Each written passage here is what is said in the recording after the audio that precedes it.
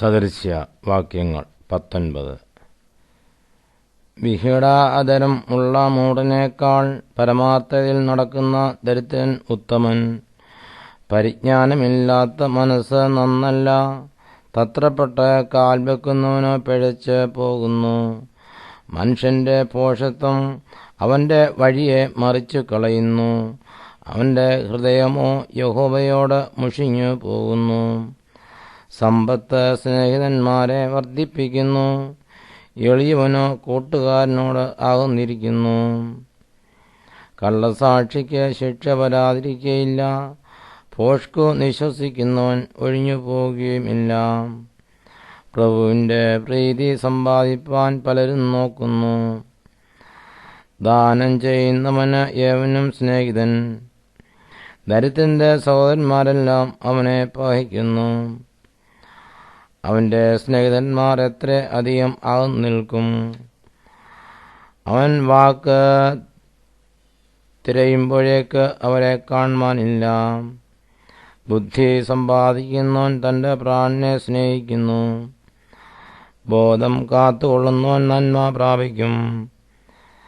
കള്ളസാക്ഷിക്ക് ശിക്ഷ വരാതിരിക്കയില്ല, ഭോഷ്കു നിശ്വസിക്കുന്നവൻ നശിച്ചു പോകും.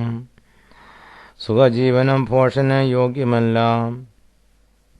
പ്രഭുക്കന്മാരുടെ മേൽ കർത്തൃത്വം നടത്തുന്നതോ ദാസനെങ്ങനെ. വിവേകബുദ്ധിയാൽ മനുഷ്യന് ദീർഘക്ഷമ വരുന്നു, ലംഘനം ക്ഷമിക്കുന്നത് അവന് ഭൂഷണം. രാജാവിന്റെ ക്രോധം സിംഹഗർജനത്തിന് തുല്യം, അവന്റെ പ്രസാദമോ പുല്ലിന്മേലുള്ള മഞ്ഞുപോലെ.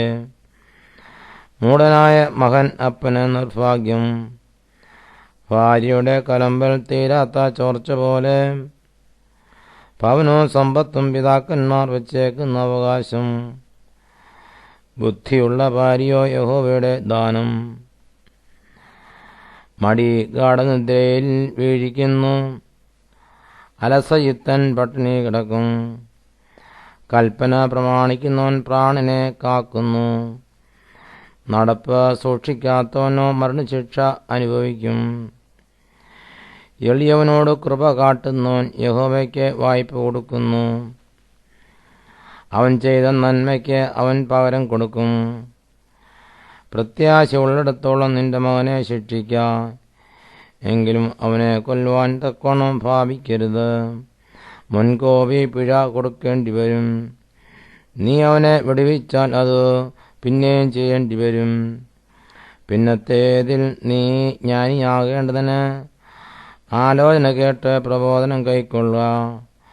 മനുഷ്യന്റെ ഹൃദയത്തിൽ പല വിചാരങ്ങളും ഉണ്ട്, യഹോവയുടെ ആലോചന നിവൃത്തിയാകും. മനുഷ്യൻ തന്റെ മനസ്സുപോലെ ദയ കാണിക്കും, ഭോഷ്കു പറയുന്നവനേക്കാൾ ദരിദ്രൻ ഉത്തമൻ. യഹോവ ഭക്തി ജീവഹേതുവാകുന്നു, അതുള്ളവൻ തൃപ്തനായി വസിക്കും. അനർത്ഥം അവനെ നേരിടുകയില്ല. മടിയൻ തന്റെ കൈ തളികയിൽ പൂത്തുന്നു, വായിലേക്ക് തിരികെ കൊണ്ടുവരികയില്ല.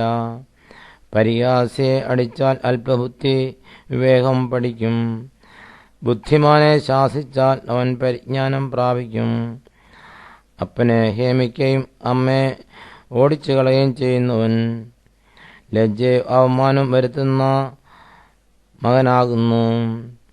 മകനെ പരിജ്ഞാനത്തിന്റെ വചനങ്ങളെ വിട്ടുമാറേണ്ടതിനുള്ള ഉപദേശം കേൾക്കുന്നത് മതിയാക്കുക. നിസ്സാര സാക്ഷി ന്യായത്തെ പരിഹസിക്കുന്നു, ദുഷ്ടന്മാരുടെ വായ അകൃത്യത്തെ വിഴുങ്ങുന്നു. പരിഹാസികൾക്ക് ശിക്ഷാവധിയും മൂഢന്മാരുടെ മുതുകിന് തല്ലും ഒരുങ്ങിയിരിക്കുന്നു.